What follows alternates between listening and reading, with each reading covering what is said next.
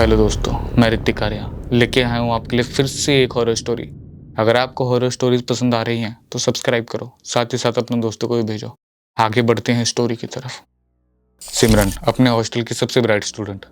पूरे हॉस्टल में उसका नाम चलता था कि पढ़ने में सबसे अच्छी है। पूरे हॉस्टल के टीचर्स भी उसको इसी बात के लिए जानते थे। उसके पेरेंट्स भी उससे बहुत ज़्यादा खुश थे।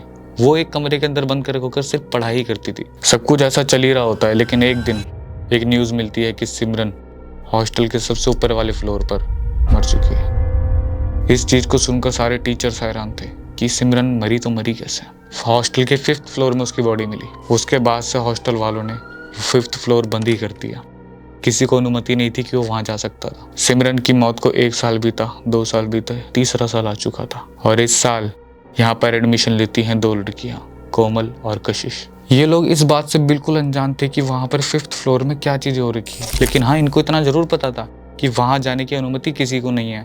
ये लोग खुद नहीं जा सकते थे वहाँ पर क्यों नहीं है इस बारे में उन्होंने कभी पता करना सही नहीं समझा। अब एडमिशन लेने के 1-2 महीने बाद इनका एक रूटीन बन चुका था कि इन दोनों में से एक रात को सोएगा और दूसरा पढ़ाई करेगा। तो इसी रूटीन के चक्कर में जो कशिश थी वो पढ़ती रहती थी और कोमल सो जाया करती थी। 1 हफ्ते तक इनका बहुत अच्छा चलता है कि एक सो रहा है एक पढ़ रहा है। एक दिन कशिश पढ़ रही थी। पढ़ते पढ़ते अचानक से उसको प्यास लगती है और उसका मन करता है कि वह एक कॉफ़ी पिए। अब जो उनका किचन था ना, वो उनको रूम से बहुत ज़्यादा दूर था। तो कशिश अपना कप लेकर किचन की तरफ जा रही होती है। पूरा हॉस्टल सुनसान, शांति, इतनी शांति कि कशिश को अपने कदमों की आवाज़ खुद भी सुनाई दे रही थी। कशिश वहाँ पहुँचती है, कॉफ़ी बनाती है और उसके बाद जैसे ही कॉफ़ी का कप हाथ में रखती है, उसके कंधे पे एक हाथ लगता है। वो डर के पीछे देखती है तो वहाँ पर उसकी दोस्त कोमल थी। अब किचन के अंदर इतना अंधेरा था कि उसका चेहरा साफ तरीके से दिख नहीं रहा था, लेकिन कशिश को उसका चेहरा इतना सा दिख गया था कि वो इतना समझ सके कि सामने वाली कोमल है। अब ये दोनों कॉफी पी ही रहे थे। इतने में कोमल कहती है, चलो ना आज थोड़ा ऊपर जाके कॉफी पी के आते हैं। तो कशिश कहती है, ऊपर का रास्ता तो बंद होता है ना।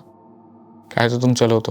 तो कशिश उस कोमल के साथ जाने लग जाती है। ये पहुंचते हैं सीधा 5th फ्लोर में। 5th फ्लोर में पहुंचने के बाद उसी लड़की के कमरे के अंदर ये दोनों के दोनों चले जाते हैं। उसी कमरे के अंदर एक अलमारी जिसमें डेट लिखी हुई थी 10 दिसंबर।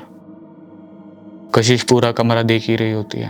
तो कशिश जाती है बालकनी की तरफ। बालकनी की तरफ जाती है और वहां पर खड़ी होकर बस कॉफी पी रही थी। पीछे से कोमल आती है। कोमल उसको कहती है, जंप। कहती क्या?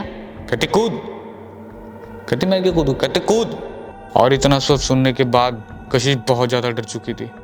कशिश डर के मारे उसके बुरे हालात कि ये क्यों ऐसा बोल रही है, लेकिन कशिश को लगा कि मजाक कर रही है। लेकिन जब कशिश ने उसका चेहरा देखा तो दोस्तों कोमल की दोनों आंखें वाइट हो रखी थी। कशिश ये सब चीज़ें देखने के बाद बहुत ज़्यादा डर चुकी थी।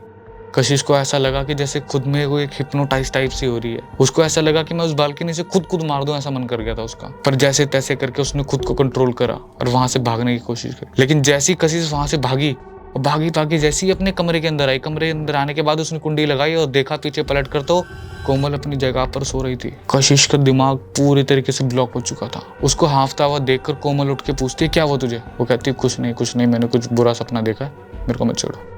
वो कशिश उसको जानबूझ के नहीं बता रही थी।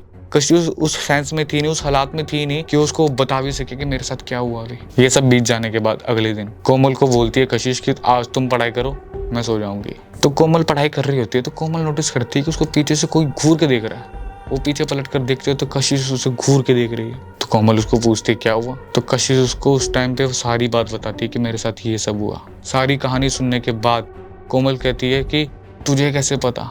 कहती क्या? 10 दिसंबर के बारे में। कहती क्यों, उस दिन क्या हुआ था? कहते 10 दिसंबर को यहाँ पर एक लड़की ने सुसाइड किया था और उसका वही कमरा था जहाँ तू गई थी, 5th फ्लोर में। वो सब सुनने के बाद उन दोनों ने अपने घर पे बात करी और वहाँ से वो हॉस्टल छोड़ ही दिया। लेकिन एक बात राज की राज बन के रह गई कि सिमरन की मौत कैसे हुई थी।